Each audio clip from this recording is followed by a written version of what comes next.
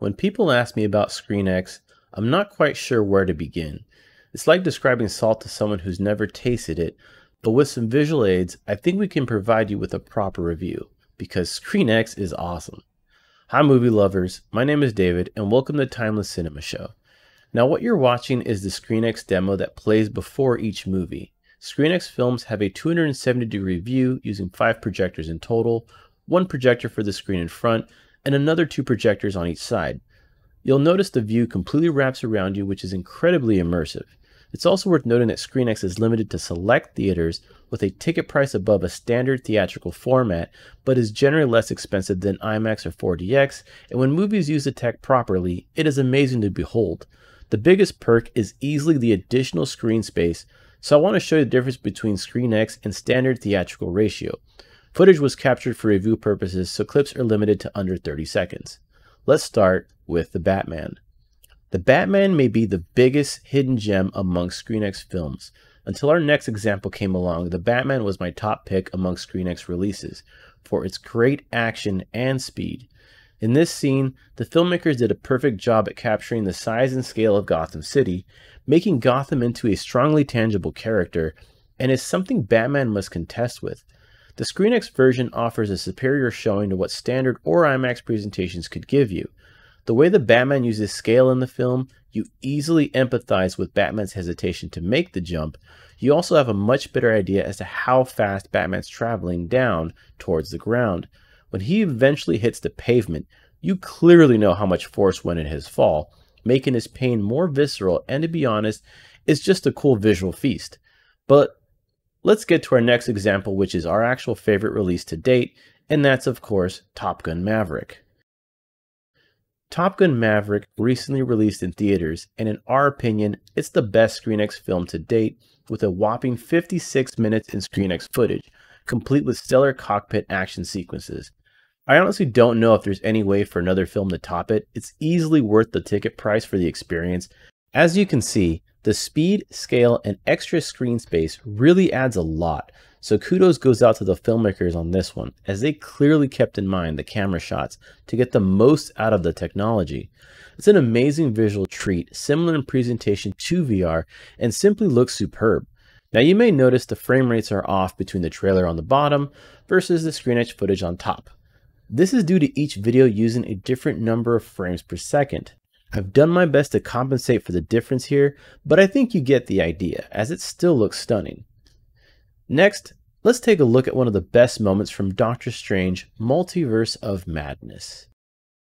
In Doctor Strange Multiverse of Madness, you are treated to some of the best shots in cinema.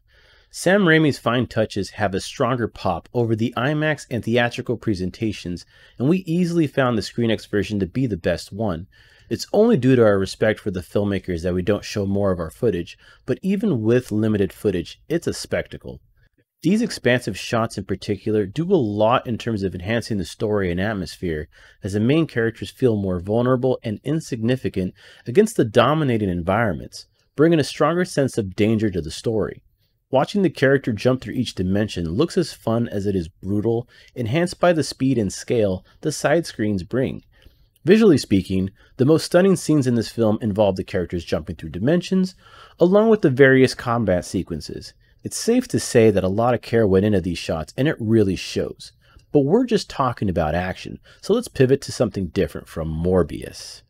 In our last example here, we have the infamous Morbius, which is a fun film in ScreenX.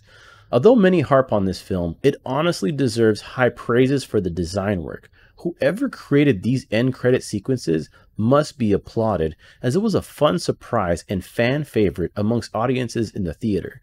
I honestly think Morbius's end credits here are amongst the best of any film, and this type of work is a rare surprise even amongst ScreenX films, as you really don't see end credits receiving this much attention to detail. And when you have these types of visuals along with a solid soundtrack, it's nothing less than impressive. Viewers that only saw the standard widescreen presentation would have no idea something like this even exists. The presentation is quite similar to a laser light show, and the designer's choice of colors and patterns are absolute perfection. Just thinking about these films and these fine touches within ScreenX Makes me wish there was a way for us to have the same experience at home, but there's yet to be any sort of announcement about this. Having covered some good examples from films, it's time we discuss the importance of picture aspect ratio. For starters, the standard theatrical ratio is 21:9. This means that for every 21 units across, we have 9 units vertically in our picture, giving us the classic theatrical widescreen presentation and what many streaming DVD and Blu-ray releases utilize. IMAX, on the other hand, has many ratios, but typically uses a 19:10 aspect ratio, which is closer to the 16:9 home widescreen presentation. If you're watching this on a 16:9 screen, you'll notice slim black bars on the top and bottom. Most IMAX films also utilize a massive screen with great picture. ScreenX, however, uses a whopping 4:1 aspect ratio, meaning the screen is 4 times wider than it is tall, which is how we get that nice 270-degree view. Because it is so wide, ScreenX theaters have to use 4 additional projectors to get the side screens working.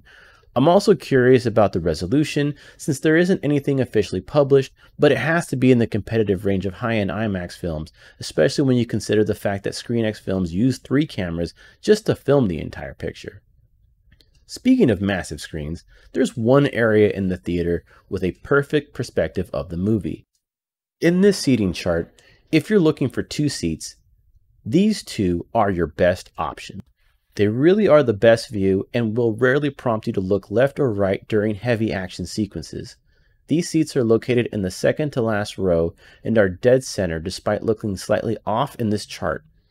Here's what your view looks like from the right highlighted seat M11. As you can see, you have a perfect view, and this is where I prefer to book my tickets whenever possible. But let's pretend these seats are already sold. There are still other seats we consider to be the prime area, and that's this general area right here. You'll get a great seat and don't experience perspective distortion from the 3 screens being misaligned with your angle of view. Now couple the view with discount tickets on Tuesdays, matinee showtimes, and even Regal Crown value days, and you get a great deal at less than full price, which makes going to the theater a lot easier on your wallet, especially when you visit as much as we do. ScreenX is an amazing format with a lot to offer. Action films currently provide the best experiences, but we hope to see the technology expand into other genres, as it's a fun and highly effective presentation. Please support these brilliant filmmakers so we may continue seeing further ScreenX releases in theaters. I'm your host, David.